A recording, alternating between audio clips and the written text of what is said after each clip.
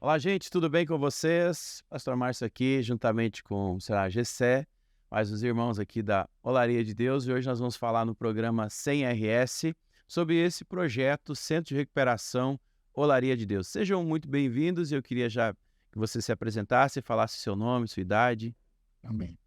Bom dia a todos que estão nos assistindo. Meu nome é Jonathan, tenho 38 anos, né? Vou a 39 este ano. Sou fruto da Olaria de Deus e quero agradecer esse momento de estar aqui compartilhando um pouco da minha história com vocês, né? Uma história que ela tem os seus altos e baixos, mas eu quero exaltar o nome de Deus nesta manhã, pelo que eu estou sendo hoje, né? Através da Olaria de Deus. Bom dia a todos, né? Meu nome é William, tenho 27 anos, também sou, né, fruto aí da Olaria de Deus. E hoje, nessa manhã, a gente vai estar podendo compartilhar um pouquinho, né, do que Deus fez nas nossas vidas, né, através da Olaria de Deus.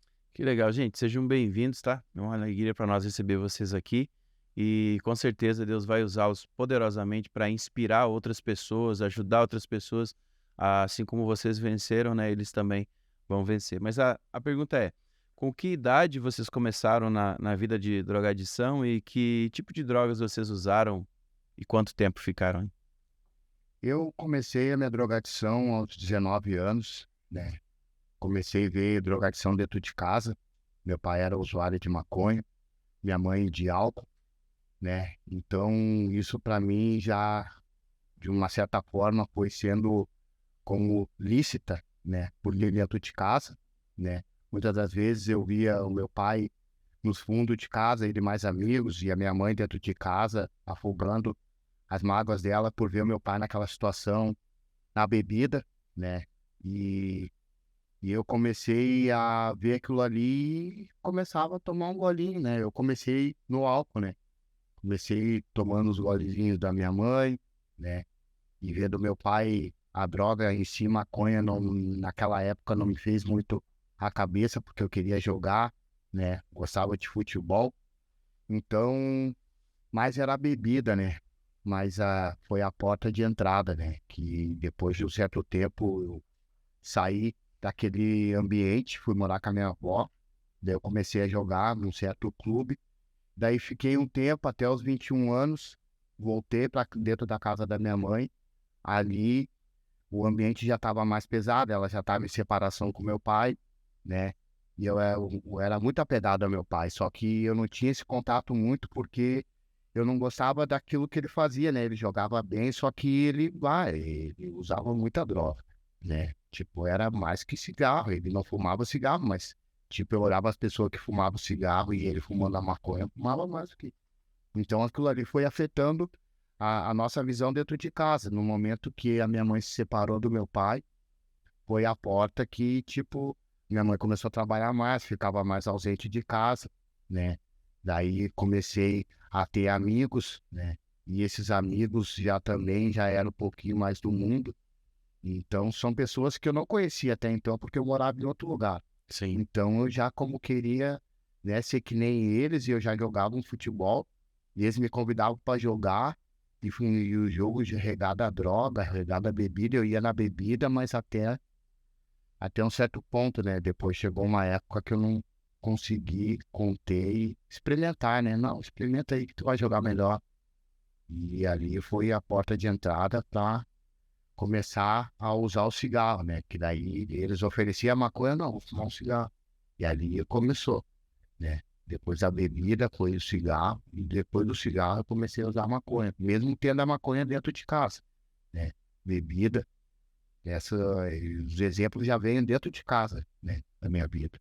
Essa foi a porta que se abriu até eu começar a conhecer outras drogas mais fortes. Daí comecei na Loló, né? Daí na cola de sapateiro, quando chega uma época da droga que ela não te faz mais efeito, tu vai procurar e sempre não é que tu vai procurar, sempre alguém vem e te diz, ó, essa droga aqui, essa aqui. Vai indicando, né? Exatamente. E até eu chegar no crack, né? O crack, eu comecei a usar crack aos 25 anos, então foi uns 12, 13 anos de muita luta, não só para mim, mas sim para minha família, né? Minha mãe que criava 5 filhos, né? Sozinha. Meu pai se separou, foi para Santa Catarina e, né, sou filho órfão de pai vivo, né? Então, ali começou a minha luta na droga. Certo. E William? Eu, na verdade, eu muitos poucos, né, conhecem o meu testemunho, né, mas eu não tive problema com drogas, né, pastor? Eu, o meu caráter era uma droga, né? Então, a partir do momento que eu vi isso, né, identifiquei isso daí, né, que eu acho que a droga, né, na verdade, ela ela é só uma cereja do bolo, né, porque vem todo um contexto por trás, né, para te chegar na droga. E eu acho que quando teu caráter era uma droga, que nem era no meu caso, né, que era eu era mentiroso, manipulador, arrogante, soberbo, tudo isso aí, eu fui sempre por vindo lá, né, que eu cresci muito sem limites, né, por não ter o meu pai também, né. Então, esse problema de paternidade sempre me no meu coração eu sempre carreguei um vazio sobre isso, né. E a partir do momento que tu não tem essa figura paterna, né, meu avô sempre falou uma frase que é muito interessante, que o homem é a consequência do meio, né. Então, o meio que tu vive ali, que tu tá faz parte do teu dia a dia, é o que tu provavelmente vai te tornar, né. E o meu lar sempre foi um lar de que tinha drogadição, que tinha, né, alcoolismo, que tinha brigas, né. Então, a partir do momento que a gente começou, eu desde pequeno, tá aqui a minha irmã também que viveu isso, né, hã, muito sem limites, né. Então, a partir do momento que eu comecei a viver isso daí na minha vida e comecei desde muito cedo sair, né, com 14, 15 anos já ia em festas, Uhum. então eu nunca tive limite. E aí o meu caráter começou a, ser corrompido, né, pastor, porque eu comecei a querer mentir, enganar, entendeu? Eu achava que eu me mandava, Uhum. eu achava que eu era o cara. Então, desde muito cedo eu vivi isso. Então foi aonde eu não tive problema com drogas, né, realmente. A única coisa que eu fiz mais foi beber, né, foi o álcool. E que nem o pastor Paulo César perguntou pra mim quando eu fui lá pra me internar na olaria, né? Ele disse qual é o teu vício, né? E eu falei que eu não tinha problema com drogas. Ele disse, ah, então tu era um cara boêmio, né? Tu saía, ia pra noite. E foi isso que realmente eu identifiquei como um grande problema, né? Que é o meu caráter, né? Eu acho que é a pior droga de todas, né? É o nosso caráter quando ele é corrompido assim que nem foi o meu, né? Eu vou fugir um pouquinho aqui do nosso roteiro, né? Mas eu queria te fazer uma pergunta, William. O que te despertou a entender, né, que o teu caráter precisava ser transformado? Porque não é, assim, sinceramente, não é uma coisa que a gente vê todo dia, né? Normalmente, o nível de consciência de que caráter precisa ser transformado é a última coisa que acontece. Todo mundo vai atacar normalmente o efeito, não a causa, né? Porque na verdade muitas coisas a gente sabe que a causa vem do caráter, né? Então, o que que despertou isso em ti? Por que que você tomou essa decisão? Por causa das minhas atitudes, né, pastor? As minhas atitudes, elas eu vivia altos e baixos na minha vida, né, eu nunca tudo que eu começava eu não terminava, né. E aí eu já identificava como um problema de caráter isso, porque todos falavam comigo, todos conversavam, e aí eu acho que vinha também muito também do arrependimento, mas era momentâneo, não era o genuíno, quando tu te arrepende e diz assim: "Eu não quero mais isso pra mim, eu vou dar um basta", e deu. E eu vivi muito arrependimento momentâneo, que eu falava que ia mudar, mas nunca mudava. Então as minhas atitudes foram me levando a ter essa convicção de que o meu caráter era corrompido, o meu caráter não prestava, eu não prestava. Então, até que chegou um momento, né, de tantas coisas erradas que eu vinha fazendo e vinham se acumulando, que a minha família se reuniu comigo, né, minha irmã, a minha mãe, lá tudo na casa da minha irmã. E aí vem um ponto-chave que eu acho que é onde Deus te coloca na parede e a nossa vida ela é baseada em oportunidades e escolhas, né. Uhum. Então foi quando a minha mãe me perguntou assim: "Meu filho, tu me ama?" Eu disse: "Eu te amo, mãe." Ela disse: "Não, tu não me ama. Sabe por que que tu não me ama? Como é que tu vai me dar aquilo que tu não tem? Tu não te ama em primeiro lugar." Então desde que ela falou isso aí pra mim, entrou como uma flecha aquilo no meu coração, porque eu disse: "Realmente eu preciso de ajuda e a única ajuda que eu vou achar é em Deus." Interessante, ouvir a colocação de vocês assim. Domingo passado nós estávamos falando na igreja agora sobre a questão do propósito, né? está numa série de mensagens falando sobre propósito e nós falamos sobre o primeiro propósito do ser humano é agradar a Deus. E dentro do propósito de agradar a Deus, a gente precisa entender que para você agradar a Deus, você precisa amar a Deus. Só que a palavra diz que Ele nos amou primeiro, né? Quando nós ainda éramos pecadores, Ele nos amou primeiro. Só que a gente insiste, às vezes, em achar que para que a gente possa amar alguém, a gente precisa ser amado, não é assim? Para que eu possa manifestar amor por alguém, eu preciso ser amado. Na verdade, o que as pessoas precisam saber é que elas já são amadas. Elas só precisam aceitar essa verdade. Porque entender que o amor de Deus por nós, ele vem e ele supre a falta de qualquer outro amor da terra, seja paterno, materno, o que for, né? E quando eu entendo que Deus ele me amou, aí eu tenho amor para dar para alguém, não é verdade? Verdade. A gente acaba tendo amor para dar. Então a gente fala assim, a gente muito olha para a terra e não olha para aquilo que acontece, que vem do Senhor para nossa vida. E a gente olha assim e fala, mas eu não fui amado pelo meu pai, não fui amado pela minha mãe, não fui amado pelos meus amigos, então eu não tenho o que dar para alguém. Não, cara, é que você ainda não experimentou o amor de Deus. Porque se você de fato experimentar o amor de Deus, você é suprido nessa deficiência e você tem o que dar para alguém, né?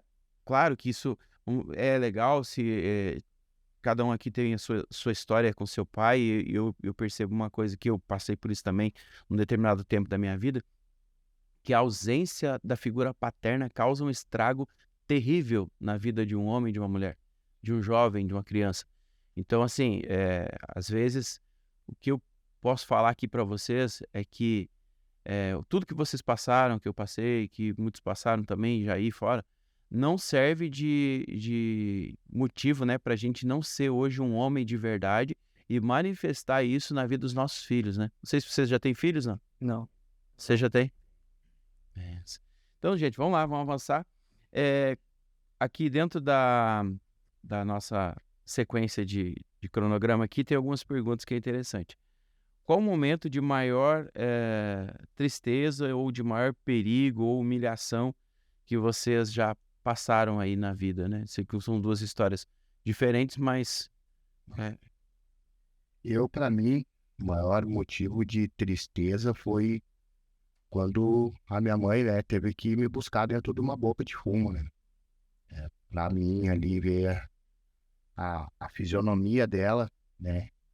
Que foi no ano retrasado, que eu morava em Canoas, né? Tinha me reconciliado com a minha esposa. Nós viemos de Porto Alegre e viemos morar em Niterói.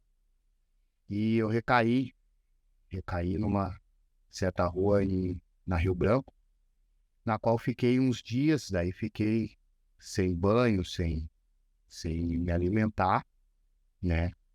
E sumi, né? Fiquei uns 7 dias sumido e todo mundo procurando e ninguém achava, não dava notícia, porque quando a gente tá na droga, às vezes tem pessoas que agem de várias formas. Eu era daquele que eu não queria me apresentar para a família, né? Tinha vergonha, a droga fazia isso em mim. E para mim, quando a minha mãe chegou dentro do carro, né? Parou um carro bem na minha frente, eu todo sujo, né? E eu vendo, ela não conseguiu descer do carro. Desceu as minhas 2 irmãs, né? Tu tá aí. Sendo isso que elas já tinham passado ali várias vezes, mas o inimigo cegando elas. Né? Eu bem na avenida e elas cegando elas. Mas creio que passou um homem de Deus ali e me reconheceu e disse, não, ele tá ali, eu acabei de ver ele ali. E foi aonde eu olhei para ela e ali eu tive no coração, isso aí a senhora não vai ver mais. Porque ela não conseguia ver a minha mãe com os olhos no fundo, né? Uma fisionomia que hoje, graças a Deus, graças à olaria de Deus, ela outra fisionomia, mais saúde, né? E também aquilo ali foi vergonhoso para mim, né? Porque, eu sempre dizia para elas que eu vou melhorar. Eu vou melhorar. Mas era tudo só para passar ali, eu ir para casa, tomar um banho, primeiro dinheirinho e saltar. Aquilo ali foi marcante na minha vida de ver a minha mãezinha daquele estado. Jonathan, só complementando, né? Agora há pouco nós tivemos o Dia das Mães aí, e acho que a pior coisa é nós trazer uma ferida para alguém que mais nos amou, né? Então, eu creio que essa situação que tu passou e que muitos também, por ter entrado, né, pro vício, causaram nas suas mães, é uma ferida que na verdade o cara só vai conseguir tratar essa ferida depois de tu começar a poder dar orgulho, né? E hoje eu sei que tá podendo dar orgulho pra ela e é algo. Eu não, que nem eu falo, né? Eu não passei por drogadição e tal, mas eu já também não dei orgulho pra minha mãe, sabe? Já vi minha mãe chorando, já vi. E são coisas que machucam o cara porque o cara sabe que é a pessoa que mais te amou, né? Então hoje, graças a Deus, vocês estão podendo dar orgulho, né, pra mãe de vocês, né? Que agora há pouco era Dia das Mães, né? Então só queria cumprimentar, né? Falou foi muito importante porque no sábado ela me mandou um áudio, né? Que daí domingo seria uma visita lá na nossa base, na qual ela chorou de alegria, né? Chorou agradecendo a Deus. É uma pessoa que ela é católica, né? Devota a santos, mas exaltou o nome de Deus ali por eu ver eu nessa situação bem, né? Podendo dar testemunho, né?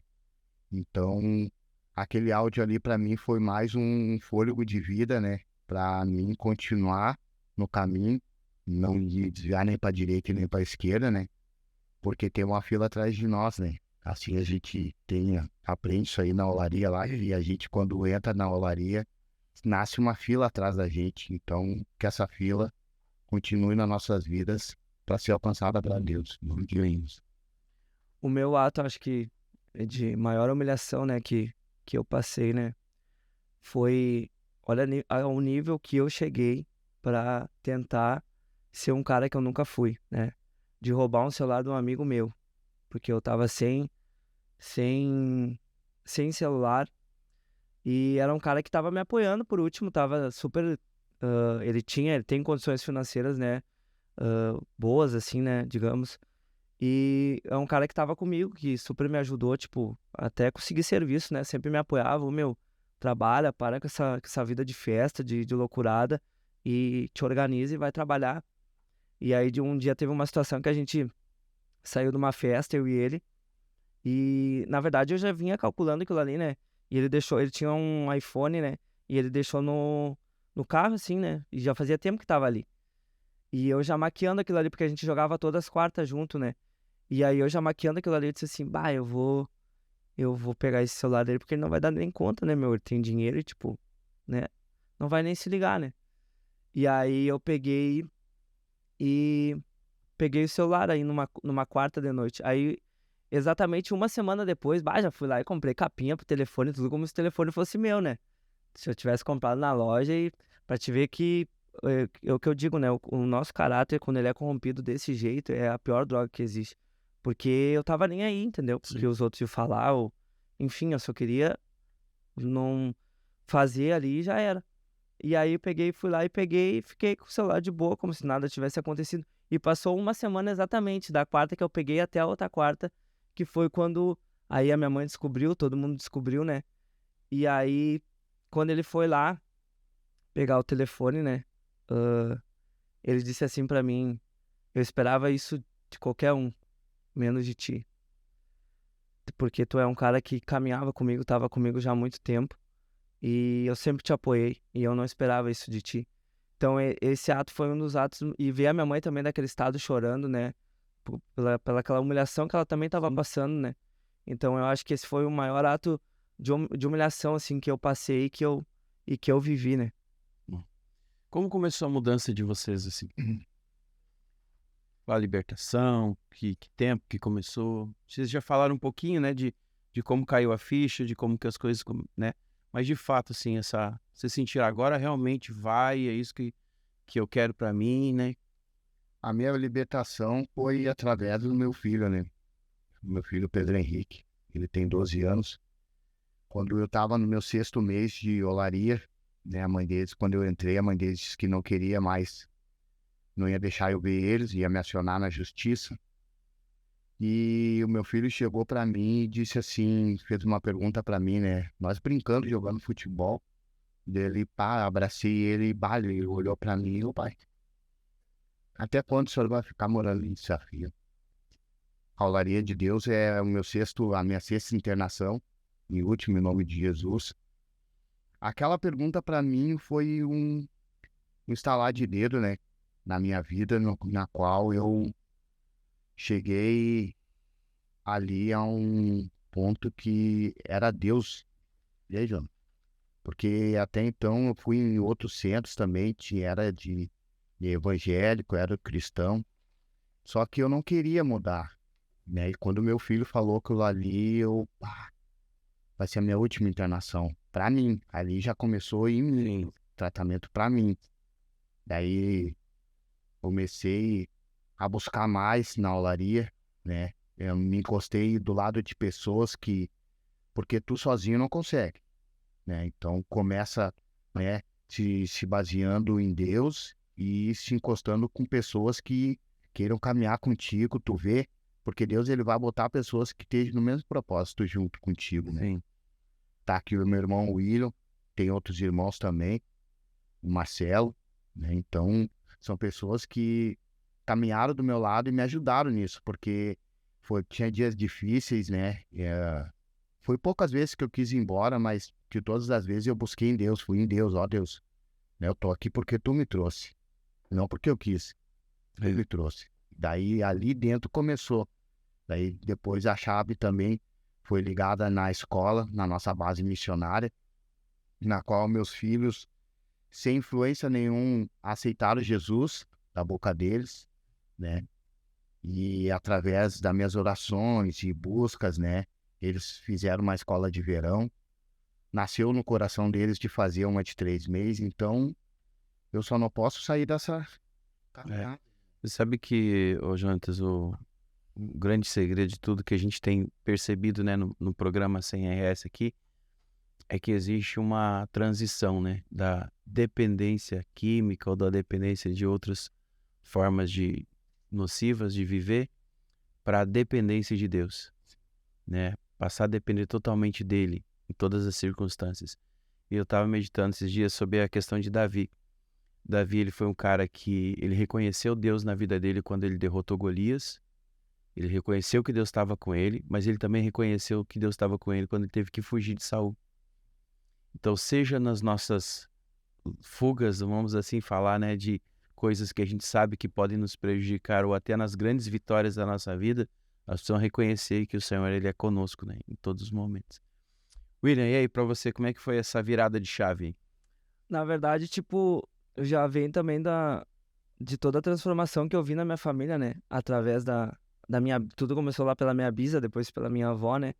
Aí pela minha irmã, pela vida também do Emerson, né? Então, isso aí causa uma curiosidade em ti, né? De tipo assim, o que aconteceu, né? Eles eram de um jeito, agora são de outro jeito, né? E aí também entra os meus dois tios, né? O tio Carlos e o tio José, que passaram pela olaria, né? Um tinha problema com álcool, o outro com drogadição, né? E eu vi eles, né? Quando eles eram do mundo e a transformação que eles passaram, eu disse, isso aí te causa uma curiosidade, né? E na verdade, desde pequeno, desde quando eu já ia com a minha avó na igreja, e eu fui em alguns shows gospels também, tipo do Fernandinho, do Rodolfo Abrantes, fui, né? Fui na Bola de Neve um tempo também. Só que eu nunca quis me envolver, eu nunca me entreguei, né, verdadeiramente para Jesus. E aí entra que nem quando a minha mãe falou isso pra mim, né? Que ela fez essa pergunta pra mim que foi chave, foi onde eu disse que eu precisava de Deus, né? Foi onde eu decidi ir pra olaria. E um ano atrás, antes de eu ir pra olaria, já tinha ocorrido outro fato de eu ir pra olaria porque meu tio tava lá. Aí a minha mãe perguntou assim, por que tu não vai lá ficar um tempo lá, uns dias, umas semanas lá com teu tio? E olha o nível da minha soberba, eu disse assim, pra que eu vou ir pra lá se eu não sou um viciado? Um ano antes de eu ir pra olaria. E depois exatamente um ano depois, eu fui pra olaria, né? Que foi onde aconteceu tudo isso daí. Então, pelo que eu falei, Deus me levou pra lá pra trabalhar no meu vaso e ver que não é só um viciado que vai pra um centro de recuperação, mas aquele que tem outros problemas que nem eu tinha, que era o meu caráter. Sim. Então, a partir do momento que eu fui pra olaria e decidi, né, que decidi aceitar Jesus e me entregar inteiramente para Ele, foi aonde as coisas começaram a acontecer. E desde ali até agora, né, que faz 1 ano e 6 meses que eu tô na obra, a minha vida, né, deu um salto gigantesco. E coisas que eu não conseguia terminar hoje, graças a Deus, eu consigo. Porque eu acho que tem uma frase muito interessante, né? A gente não vai ser lembrado por aquilo que a gente começa, mas por aquilo que a gente termina, né? Então, graças a Deus, a partir do momento que eu concluí um ciclo que foi a olaria ETMQ na minha vida, tudo começou a entrar nos trilhos, tudo começou a, graças a Deus, dar certo. Que maravilha. Vocês querem agradecer alguém, fazer algum agradecimento aqui, aproveitar, né, que nós estamos aqui ao vivo? Eu primeiramente quero agradecer a Deus, né? Quero agradecer a Deus, quero também agradecer a vida do pastor Paulo César, da pastora Raquel, né? Os filhos deles, do Gessé, Manuel. São uma família que agora estão no meu coração, né? Não consigo sair mais, né? Já estou há 1 ano e 9 meses na obra. Graças a Deus, é um lugar onde me proporcionaram muitas coisas, muitas bênçãos, né? Graças a Deus, através do meu testemunho, tenho um sobrinho na olaria agora, está na base missionária. Então, eu também quero agradecer a uma pessoa que me levou para a olaria, né? Que é o pastor Altamir, né? Louvo pela vida dele, que ele acreditou, né? Que às vezes a transformação começa quando as pessoas acreditam em ti. Mesmo como foi falado aí, mesmo tu não tendo nada a oferecer, né? Mas eles viam algo que eu mesmo não via, né? Pastor Paulo César, ele aposta em almas porque ele não olha para a pessoa e sim através das pessoas, né? Então, quero agradecer também a oportunidade de estar aqui nesse canal, né? E que continue sendo bênção aí na vida de muitos irmãos que ainda virão. Legal. Eu quero agradecer, né, primeiramente a Deus, né?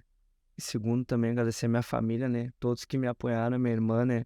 O meu cunhado, o Emerson, a minha mãe, né? Todos aqueles que não desistiram de mim, né?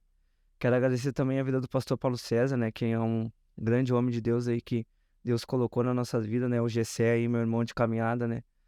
A gente se identifica muito, né? Desde que a gente conversou a primeira vez.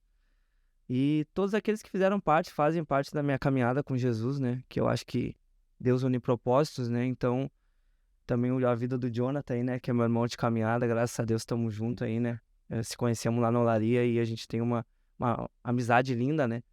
E o Marcelão também, que é uma benção. Agradecer também a vida da minha varoa, que tá lá em Pelotas, né? Eu vim de lá pra passar o Dia das Mães, ficar aí 2 dias com a minha mãe, também visitar os amigos aí, né? E agradecer a família dela também, que tem me ajudado um monte lá na obra lá em Pelotas. E é isso aí. Show de bola. Bom, a última pergunta aqui perguntando como que tá a vida de vocês hoje. Na verdade, a gente vê que tá, né? Show de bola, vocês estão bem, firmaço em Deus, né? Em Bonitinho Jesus. agora, né? Você vai olhar a foto de como chegar, cara. Rapaz. Agora tão bonitinho. Mas eu quero só perguntar quais são os planos daqui para frente? O que vocês pretendem fazer daqui para frente, os projetos? Né? Eu sempre falo que tem uma frase naquele filme Alice no País das Maravilhas, né? Que ela pergunta qual que é o caminho. Ele pergunta, onde é que você quer ir? Ela fala, não sei. Então, para quem não sabe onde quer chegar, qualquer caminho serve, né? Então, a gente precisa ter um norte na nossa vida. E quais são os planos de vocês para o futuro? Os meus planos é, primeiramente, crescer mais em Deus, né? Me aprofundar mais em Deus, né? E eu quero continuar na obra, né? Como eu sou líder de manutenção na nossa igreja, também sou líder da nossa olaria de Deus, em manutenções, né? Sou construtor civil, né? Graças a Deus, Deus me deu a oportunidade de abrir uma micro e pequena empresa também, para estar fazendo a obra nas igrejas quadrangulares e outros serviços similares por fora também, né? Então, tudo dentro da obra, né? Começou tudo isso através do pastor Paulo César, né? Me ajudando, né? Apostando em mim, né? E eu sempre não almejando coisas da terra, mas sim primeiro espiritual, e foi tudo acontecendo, né? Então, eu quero continuar crescendo com a igreja junto também, né? Assim como eles estão me ajudando, eu quero continuar ajudando a nossa igreja, o nosso pastor, e bola para frente, não podemos parar. Maravilha. Eu também, né, permanecer aí, né, tô lá em Pelotas agora até o final do ano já, pra terminar o ITQ também, né, terminar o ITQ e depois retornar, que já é a direção que o pastor Paulo César me deu, né, e continuar fazendo a obra, né, continuar fazendo a vontade de Deus, né, e tem sido um tempo muito especial lá pra mim, né, tô ajudando nos jovens lá da igreja, lá do Arco-Íris, lá, né, lá em Pelotas, e tenho aprendido muito, né, eu acho que tudo que Deus nos leva a fazer, né, ele nos capacita, né, ele nos instrui a fazer da melhor forma, né, e gratidão gera multiplicação, né, que nem diz o pastor Mano Pedro, né? Então eu sou muito grato a tudo que eu tenho vivido com Deus, e tenho vivido muitas experiências, né, também de evangelizar em barbearia e muitas experiências top, que é isso que eu tenho pedido para Deus, né, viver Sim. experiências com ele, né? Então, cada vez mais permanecer no centro da vontade dele, que eu sei que é o melhor caminho que se pode seguir, né? Que legal. William, Jonathan, muito obrigado pela você estar aqui conosco, compartilhando um pouquinho da vida de vocês, das experiências de vocês. E você que está acompanhando aí o programa 100RS, você pode contribuir com a gente da seguinte forma. Primeiro, né, compartilhando esse vídeo com mais pessoas. Você conhece alguém que está passando por momentos de dificuldade, precisando de uma direção de vida. Tem aqui o testemunho do Jonathan, tem aqui o testemunho do William, de tantos outros que já passaram por aqui pelo programa, que podem com certeza abençoar a vida de outras pessoas e serem até uma inspiração, né, para que outros também se levantem, se recuperem, tenham sua vida restaurada e de forma abençoada por Deus. Missionário Gessé, compartilha conosco as nossas redes sociais aí da Olaria de Deus e também fala um pouquinho de como que os nossos ouvintes, telespectadores, aqueles que nos acompanham aqui pelo programa podem abençoar a Olaria de Deus. Amém. Antes de falar sobre isso, né, só queria agradecer também aos dois aqui que estão aqui, que são grandes amigos meus, né, pastor? Eu, graças a Deus, na Olaria de Deus, eu encontro uma família também, né? Então são grandes amigos meus, né? Jogamos futebol junto, dou umas aulas pra eles, um pouco, né? Tá, imagina. Mas são grandes amigos meus mesmo. A gente tem uma caminhada aí junto. E é uma alegria pra mim, né? Ver a transformação de vocês, porque eu vi, né, vocês chegando na Olaria de Deus e ver hoje como vocês estão.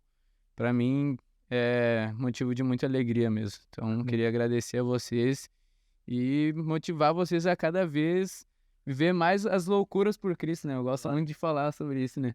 Que o que vocês foram, e isso eu costumo falar sempre quando eu vou na olaria, né? Eu falo tudo aquilo que vocês viveram de louco de louco no mundo, sem viver 2 vezes loucos por Cristo agora, né? Amém. Que, na verdade, esse é o evangelho. O evangelho, tu vai olhar, eu, quando leio Atos ali, eu fico impactado com o que aqueles caras viveram. E eu falo sempre, mano, está escrito na Bíblia, os caras viveram porque nós não podemos viver. Exatamente. Então, e graças a Deus, os grandes missionários estão saindo, sabe, que tiveram início na Olaria de Deus. E aqui estão 2 grandes missionários hoje, né? Amém. Então, para você continuar ajudando nessa obra, a não apenas tirar da drogadição, do vício, mas também investindo em pessoas, investindo em missionários, em pessoas que vão estar levando o evangelho adiante. A gente estamos passando por um processo lá na olaria, lá de regularização de algumas coisas, e para isso a gente vai ter alguns custos, mas a gente crê na provisão de Deus, crê na provisão que Ele vai estar enviando, né? A gente tem fé nisso. E Não importa o valor, né? Vamos Com deixar bem certeza. claro assim, porque a pessoa daqui a pouco pode ofertar mensalmente R$10, R$15, R$20, o que for. Porque um pouquinho de cada um vai fazendo que o projeto vá crescendo, né? Então, contribua da maneira que você puder, porque o alvo também, hoje são 25 pessoas que podem ser integradas, né? Daqui a pouco pode ser 50, a gente pode ampliar para 100, como o sonho, né? Já é 200 internos lá.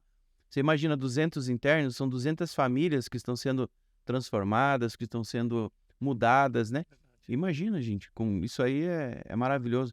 Às vezes a gente quer que o Estado faça algo, né? E não vai fazer. A gente precisa entender isso, né? Por isso a igreja está se posicionando, o pastor Paulo César tem se posicionado, o Olaria de Deus nasceu já há mais de 13 anos aí, acho que é 13 anos? 14, estamos indo 14. pro 15º. É. Já vai fazer 15 anos, então, de vida da Olaria de Deus. E tá na hora, né, de dar aquele upgrade, de poder sair e poder alcançar mais pessoas. E você pode fazer parte disso. Amém. Então, para você estar colaborando, né, algo que você falou e faz totalmente sentido, é que não é apenas o acolhido ali, né?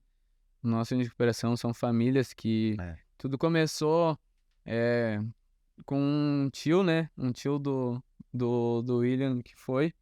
Aí depois foi o outro tio dele, aí foi ele, entendeu? O Jonathan também, primeiro foi ele, agora tá um sobrinho dele. Então, e não só o uso da dependência química, mas as famílias que sofriam, porque quem tem um parente na drogadição não é apenas a pessoa ali que sofre, mas toda a família sofre e ainda mais, né? Do que a pessoa que tá ali no vício, né, da dependência. Mas então eu vou tá deixando a chave Pix aí para você que quer investir em vidas, em famílias. O e-mail do nosso pastor Paulo César, né? Que é pr-paulocesar@hotmail.com. Então você que pode investir, né? E que nem o pastor falou, qualquer colaboração é bem-vinda, né? Talvez tenha aí na sua igreja, aí na sua família, você pode colaborar também com talvez uma cesta básica. A gente tem a nossa triagem ali em Canoas, ali no bairro Rio Branco, bem na frente da praça principal ali, que ali é a nossa triagem ali, se você quiser deixar um alimento, talvez produtos de limpeza, sabe, higiene, sabe, um pessoal da nossa igreja, a gente tá indo com um pessoal da minha igreja lá e mais alguns de outras igrejas, todo último domingo do mês a gente tem ido lá na olaria, e agora uma das meninas que foi, ela trabalha num negócio de dentista e tal, ela conseguiu escovas de dente, agora a gente vai estar indo de novo, ela vai estar entregando lá pro pessoal. Então toda ajuda é bem-vinda, né? Toda ajuda, um coração ali disponível para fazer o bem vai ser muito bem recebido lá, e pode ter certeza que o pessoal até se impressionou a última vez que eu fui, pastor, e levei o pessoal lá da igreja, porque eles levaram bala para fazer uma dinâmica assim, e o pessoal agradeceu muito pela bala, o pessoal que tava lá no centro de recuperação, sabe? Agradeceu muito pela bala, eles, cara, uma bala fez diferença lá. Então, qualquer contribuição faz diferença, os irmãos estão aqui, são provas disso, que faz a diferença. Então, se você quiser ajudar, vai ser muito bem-vinda a sua ajuda. Maravilha. Então, vai ficar aí, talvez na tela ou até na descrição aqui do vídeo, todas as informações, o contato de como você pode ajudar no Centro de Recuperação e a chave Pix. Fechou? Gente, obrigado William, obrigado Jonathan, obrigado Gessé, Deus abençoe vocês, estamos junto e fique ligadinho aí, né, até o próximo programa sem RS, com certeza com novidades, com grandes coisas aí. Siga nas redes sociais, né? Acompanhe aí toda a trajetória da Secretaria Estadual de Missões. Um abraço, estamos junto, até a próxima.